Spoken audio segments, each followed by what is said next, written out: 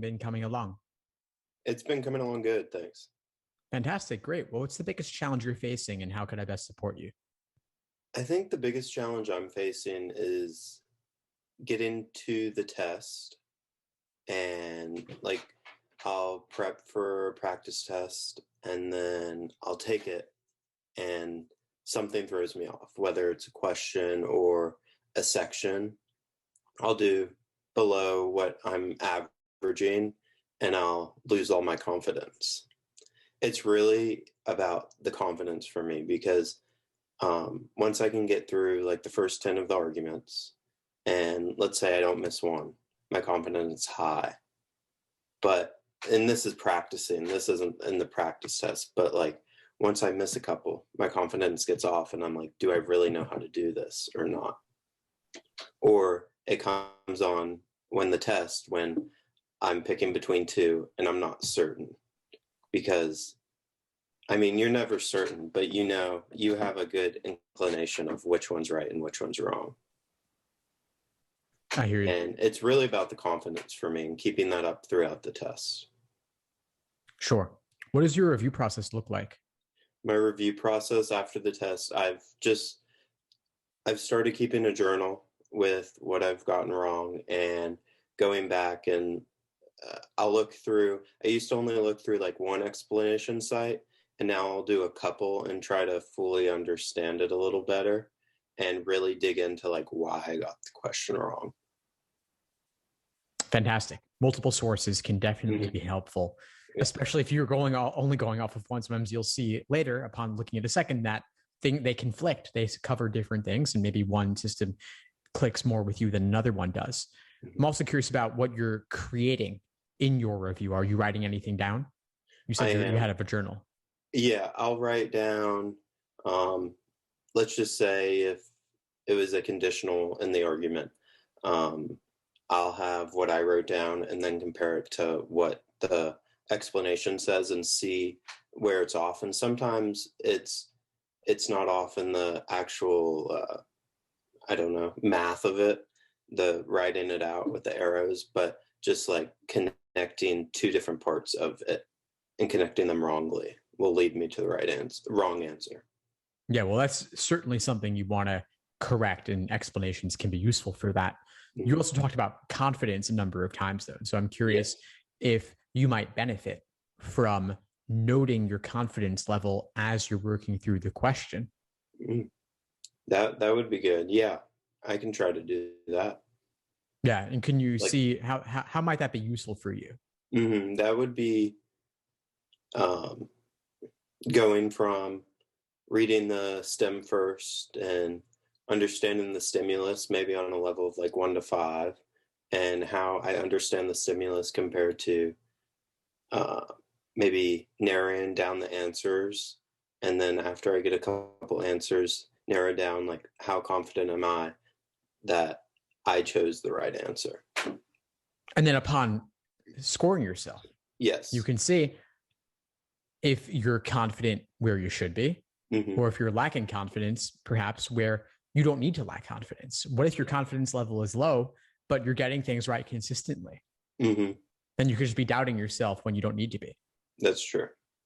Or if you're overconfident in some cases, then you may need to review the fundamentals in that area to really bring your understanding level up to where your confidence is. Yes, that's true. And that's big in arguments, but I definitely have different problems all three sections, I would say. I'm scoring around like 157 right now, and I'd love to be in the 160s before June, and I think that's possible. I think where I'm really lacking, where it would be the easiest to pick up the most of the slack would be the games. I'm getting anywhere from 16 to 18 right, and I really think I can power through to that fourth game and try to really get those right, because I'm missing I'm about 3 games right now on all tests, and I'm missing about 2 of those, I would say. So I think that's pretty good accuracy, but can I speed up and keep the same accuracy? I don't know. Well, again, it could come back to confidence. If you can move at a faster pace during those first 3 games. Yes, and that's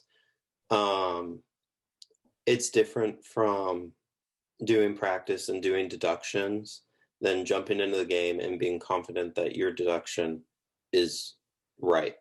Like I'll make the easy deductions, but can I make the one that really puts the game into motion? Whether it's a spaces where everything can go, or a layout like 3, 2, 1, 1, 2, 3, something like that. I have a hard time making those deductions like under the pressure of the test.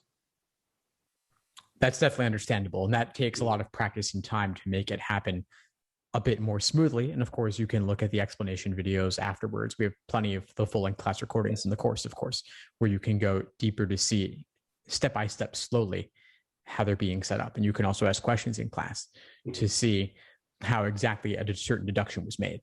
Yes.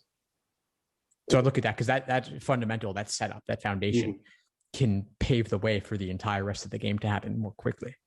Yes, that's true. And relying on those deductions is the other big thing. But I think the games is where I'm strongest right now. And then reading comp, I'm really working on fine-tuning my process and how I go throughout the passage, because I watched one of your reading comp videos and you say you don't really underline or highlight anything.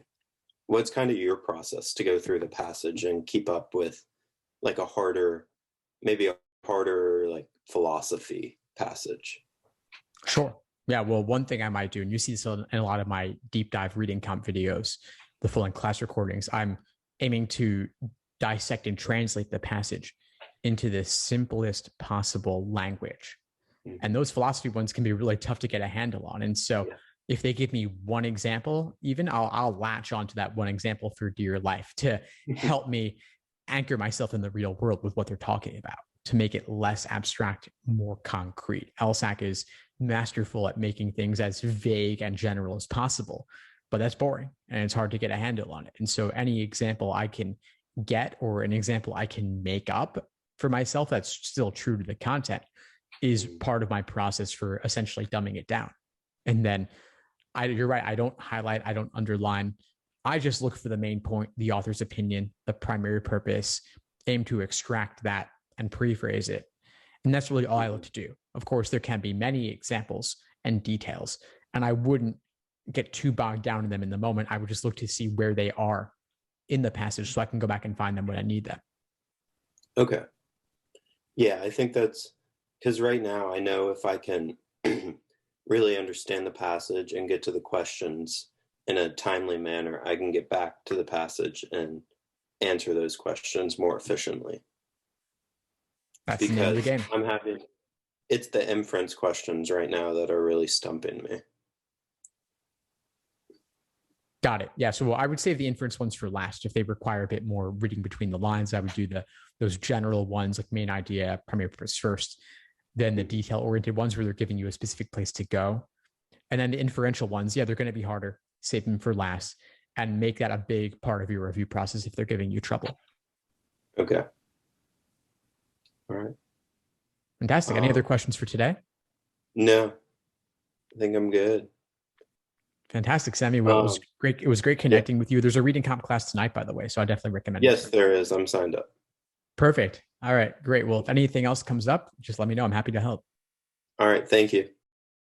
Thanks for tuning into the show. Please subscribe if you haven't done so already to be notified of new episodes as I release them. And feel free to reach out if you need anything at all as you move forward with your prep. I'm happy to help however I can. In the meantime, I'll wish you all the best and take care.